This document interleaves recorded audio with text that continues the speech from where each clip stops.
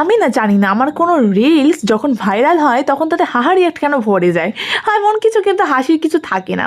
যারা হাসে তাদের হাসতে ভালো লাগে তাই জন্যই হয়তো হাসে। আর কেউ কেউ তো আবার হাসির ইমোজি দিয়েও কমেন্ট করে যায়, সেটা ঠিক আছে, ইটস ওকে। মানে ভিডিও করা মানে তো খারাপ ভালো দুটোই নেওয়া, এটা বলে দিয়েছে অনেকেই আমাকে। খারাপটা নেবো না তা নয়, কিন্তু যেখানে খারাপ কিছু নেই সেখানে খারাপ কমেন্ট করা মানে তো পাগলের, মানে পাগলের চিহ্ন সেখানে, যে সে হয়তো মানসিক ভারসাম্যহীন হলে সে কেন এরকম করবে। আমি যখন এই টেস্টটা পরে ভিডিও আপলোড করেছি সেখানেও প্রচুর নেগেটিভ কমেন্ট, এমন কি খারাপ আছে। ও একজন এই ড্রেসটা পরে ভিডিও করাতে একজন আমাকে বলেছিল যে সেম ড্রেস সেও নিয়েছে কিন্তু তুমি ড্রেসটা একটুখানি খাপিয়ে নিও। বাট এই ড্রেসটা কাঁপানোর কোনো জায়গা নেই ডিয়ার, একদম ফিটিংস আমার সাথে। আমি কি তোমার কি দেখে মনে হচ্ছে এটা লুজ? এটা একদম লুজ নয়, কিন্তু এটা তো ওয়ান পিস। আবার কেউ কেউ বলেছে প্যান্ট পরতে ভুলে গেছে। ভাই তোরা কি বাপের জন্মে ওয়ান পিস দেখিস নি? ওয়ান পিসে কবে ভাই প্যান্ট পরে যে আমি প্যান্ট পরবো ওয়ান পিসে? এটা এরকমভাবেই পড়তে হয়।